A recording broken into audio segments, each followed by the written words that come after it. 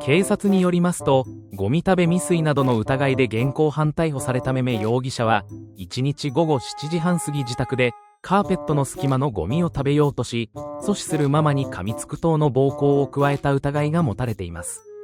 噛まれたママは軽傷だということです。捜査関係者によりますと、めめ容疑者が狙ったのは、肉眼ではほぼ確認できないレベルのゴミで、実際には存在しない可能性もあるということです。